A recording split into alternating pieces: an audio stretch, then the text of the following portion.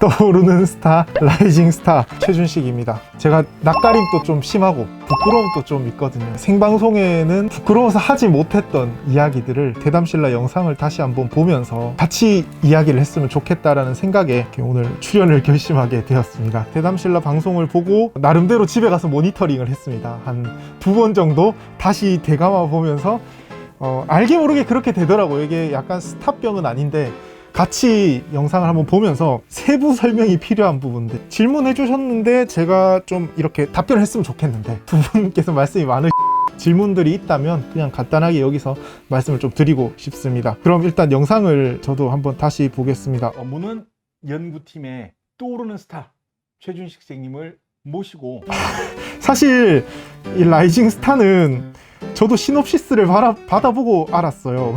저는 원래 이게 부끄러움이 많으니까 이런 걸 하면 안 되겠다라고 생각했는데 또 이렇게 왜 그런 거 있잖아요. 저는 지시가 내려오면 거기에 맞춰서 이야기를 해야 되니까 그 라이징 스타라는 게 보여서 처음에 조금 이렇게 손이 떨리더라고요. 이거 어떻게 해야 되지? 왜냐면 제 친구들도 볼 거고 부모님도 보실 수 있고 나중에 제 2세가 생기면 2세도 볼 건데 라이징 스타라는 이야기가 좀 라이징 스타도 처음에 라이징 스타라고 돼 있었는데 이게 소장님께서 언어 순화를 하시면서 갑자기 떠오르는 스타라고 이야기를 하신 거예요. 그래서 원래 자기소개할 때 네, 라이징 스타입니다 라고 이야기를 하려고 했는데 떠오르는 스타가 억양이 좀 이상하다고 해야 되나? 그래서 뭐 어찌됐든 그래서 저 2개를 다 넣었습니다. 한번 보시면 아시겠는데 떠오르는 스타, 라이징 스타 최준식입니다. 제가 모니터링을 해보니까 떠오르는 속도보다 이제 곧 추락할 속도가 더 빨리 되지 않을까 싶은 최준식입니다. 오전에 원래 대구의 팔거산성 현장 설명회에 가서 일을 했어요. 일을 하고 엄청 타서 돌아왔거든요. 그러니까 팔이 따가울 정도로. 저녁에 리허설 자리에 앉아서 화면을 딱 보는데 카메라면을 너무 빨간 거예요. 여기가 마치 왜 막걸리 한 잔 하고 들어온 듯한 얼굴? 다행히 실제 방송을 보니까 막걸리를 먹은 얼굴은 아니고 소주를 먹은 얼굴처럼 나왔어요. 부모님도 보실 수 있고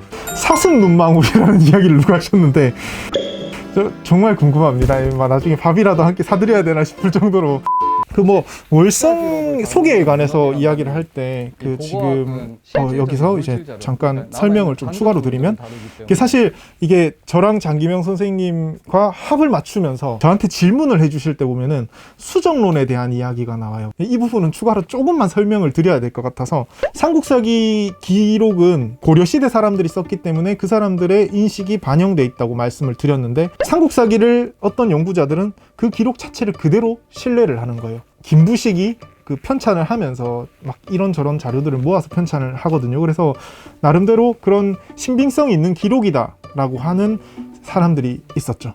근데 반대로 그러니까 이 기록을 보니까 중국 쪽 기록이랑 같이 놓고 봤을 때 안 맞아 들어가는 부분이 있기 때문에 삼국사기 초기 기록은 문제가 있다. 우리가 긍정하는 쪽과 부정하는 쪽, 이 두 쪽이 있었어요. 그래서 최근에는 이 사료가 과연 어떤 부분이 맞는가, 어떤 부분이 틀린가, 다른 뭐 중국의 기록이나 일본의 기록이나 아니면 우리 지금 금성문 목간 자료를 가지고 이거는 조금 조정을 해야겠다 하는 이야기가 나왔는데 그게 우리가 아는 수정론입니다. 저희가 실제로 그 초기 기록의 내용을 어느 정도 그 수정론의 입장에서 조금 하면은 그 전에 긍정론, 부정론보다도 이 삼국사기를 저희가 조금 더 유용하게 활용할 수 있다라는 점이죠. 그래서 그 수정론에 대한 내용에 대한 설명이 좀 빠져가지고 혹시나 제가 그 부분을 설명을 좀 드립니다. 말수도 적고 하지만 우리 예시로 백견을 한번 해석을 해볼게요. 이때 백자는 저희 그렇게 많이 쓰죠. 주인 백.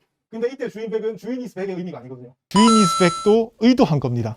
아무도 모르시겠지만 이두가 제가 원래는 시간이 있으면 설명을 드리려고 했는데 이두를 저희도 어려워해요. 학자들도 예전에 과거에도 그 어려워하는 사람들이 있었는데 예를 들어서 여러분이 잘 아시는 일연 삼국유사를 쓴 일연 스님이 그 실제로 신라 사람들이 썼던 그 금성문을 삼국유사에 이렇게 옮겨 실어요. 적으면서 그 금성문을 옮겨 적고 나서 제일 뒷부분은 무슨 말인지 나도 도저히 못 알아듣겠다는 식으로 이야기를 하세요. 아무도 모르시겠지만 시간이 없어서 하지 못했던 월성에는 어떤 동물이 살았는가. 아무래도 기록 자체가 사람 중심으로 가거든요. 지나가다가 개랑 이렇게 어깨가 툭 쳐졌어. 그러면 그 개가 적히는 거죠. 이렇게. 개와 어깨를 부딪혔다 이렇게 적히는 거지 그냥 강아지 지나가는데 이름을 적진 않거든요. 기록에. 그런 것처럼 실제로 삼국사기에 남아있는 삼국유사에 남아있는 동물에 관련된 기록들은 다 이런 겁니다. 인간 활동을 하는 과정에서 접촉했던. 그래서 주로 왜 제일 많이 나온 게 뭐냐면 왜 저희 그런 거 있죠. 지진 나기 전에 전조 증상으로 막 이렇게 막 타는 것처럼 실제로 어떤 신이한 현상들, 기이한 현상들이 나타날 때 동물이 꼭 나타나고, 제가 조사를 해보니까 동물이 꽤 많았어요. 물론 제가 말씀드렸지만 저는 게으른 천재이기 때문에 다 못 외웠어요, 그날 동물에 대한 거를. 그래서 보면은 소, 말, 돼지, 닭, 개, 이 우리 보통 오축이라고 하는 아주 대표적인 가축이죠. 그 다음에 거기에서 여우, 이리, 범, 쥐, 사슴 등등등등등등등 엄청 많이 나옵니다. 거북이도 나오고 곰도 나와요. 지금 우리가 경주 남산이나 곰이 살만한 곳을 아무리 찾아봐도 곰을 찾을 수 없는데 기록상에는 곰이 나옵니다. 그리고 매도 나오고 뭐 수달도 보여요, 기록에서는. 근데 참 이런 부분들이 특이하죠.